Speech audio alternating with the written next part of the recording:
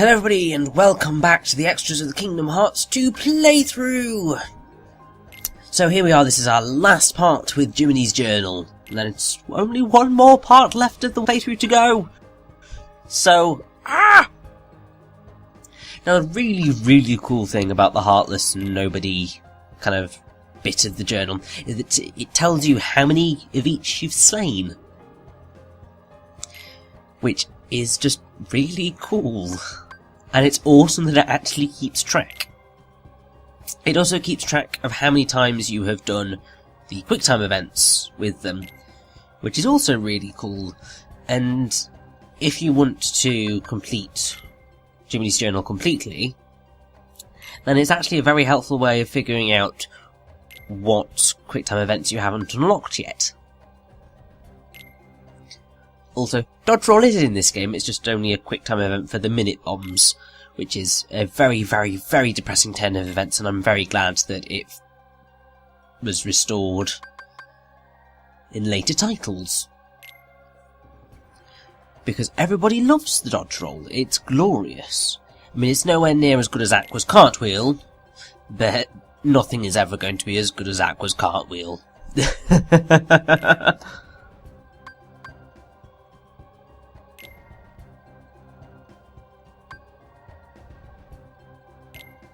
Now, I'd say I do think that a lot of the kind of names for the Heartless Nobodies are actually relatively decent. I mean, some of them are a little bit naff. But they're relatively kind of clever, for the most part, when they're not being completely redundant. Like, I mean, White Knight. Because White is kind of sort of seen as monster. Although I think because it's a very old word, is white.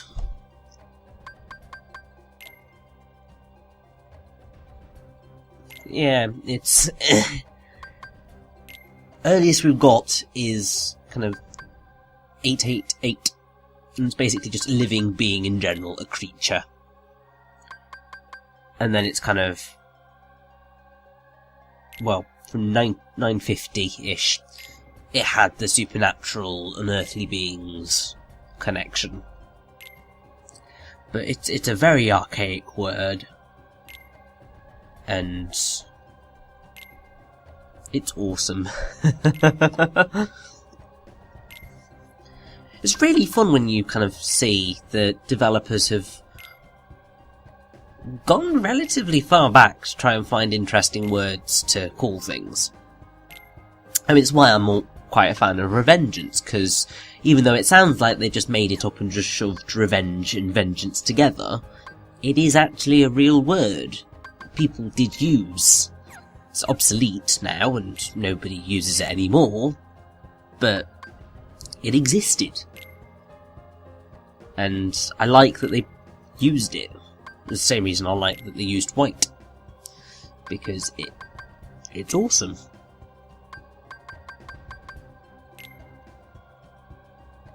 Also, the really cool thing about the Nobodies is that each of them is linked to a member of the organisation. And so, sort of, they are all unique in that respect. And while there aren't that many of them, they don't kind of outsay their welcome. Also, that is all the treasures. That you have no need to see them all, but you would have seen them all picked up, so you get the gist. So this is just a quick fleet over the missions. Pretty much the majority of them, it's just try it again. Or give it a try, get a high score, beat somebody up. And that's that. And it's the same with the minigames. Although I think for the minigames you've just gotta just do them, not necessarily get a high score. Also with this you can kind of go into all these deep little extra doodahs for things. You get a whole thing about Moogle synthesis, and you've got this character links thing, which basically is just a way of going over, kind of going back to Sora and all of them and just seeing how they link together. And then, basically, with every single world, you have the full story of what happened there, and also a wonderful little album of snapshots of what happened. I have absolutely no idea how Jiminy managed to get these pictures. I guess he's got a little camera hidden away somewhere and he's just making use of it. Even in moments where he really shouldn't have anything. Like, I mean, taking a picture of the dying Axel, that's just evil, man. Have a heart, dude.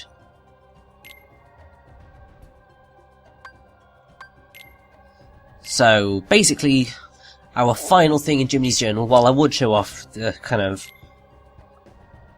the description of what's happened in the world, you've kind of already seen that before your very eyes. It's kind of a bit of a pointless addition. Because it's not providing backstory, it's just providing stuff you already know. And while it's a reasonable way of catching up if you've not played the game in a long time, it's not worth it. Little album things, however, are quite a cool touch, and if anything, they should have just had this and just done away with the other thing and replaced it with something else. Would have been a lot better, I feel. And just made this a little bit less of a waste of space. Because if anything, that's really all Jiminys Journal does. It takes up space and provides something for you to grind towards. And it's the last thing that you'll be completing in the game. And really, as I've said many times before when I was kind of doing our final pickup before the final boss, completing Jiminys Journal's not worth it. You get literally nothing from it. Other than the secret ending on normal. And really, do you want that stress and effort? Because you can just beat the game on proud mode and do none of that, and you're sorted. And then the Jiminys Journal has literally no purpose, so I mean, it's nice that they've provided so much kind of content to do and complete, but then it's just like, I don't really want to complete most of this. It doesn't really do anything for me. And I mean, I don't know whether in the HD remixes, because of adding trophies, there is an incentive to complete the journal. Because I just have not looked at trophies and achievements and stuff, because I'm never going to get them.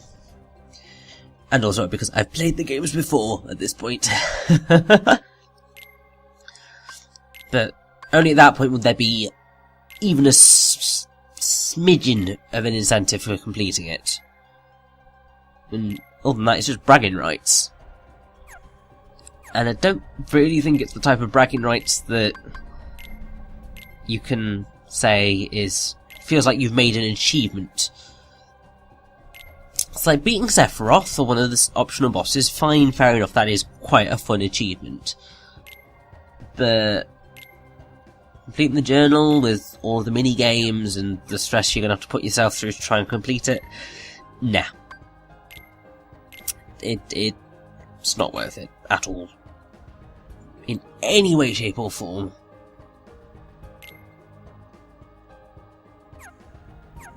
I'd say they missed a massive opportunity with that 2 worlds now 1. Because what they should have done was do 2 worlds, 1 family. Because reference Tarzan, because that's a wonderful song. I know that Disney's lost the whole rights to Tarzan thingy, but I think it's more they can't make another Tarzan film than anything else. But that would have been an awesome reference. And it's something that I think, should they do anything like this in Kingdom Hearts 3, just have a sense of humour. Reference things, because we geeks love that stuff. Like, seriously. Intertextuality is our forte. Because we just see so many references and allusions in our games and films and everything. We just sort of read between it all. And it's wonderful. And, I mean, in a certain other game that I really like, it does that. In its sort of journaly thingies, it makes references, and they are beautiful. And it just makes the whole thing so much more fun, I think. But I've rambled my way through another 11 minutes of your life, and we've only got one more part left of the Kingdom Hearts 2 playthrough extras, so I will see you then, because it's going to be completely insane.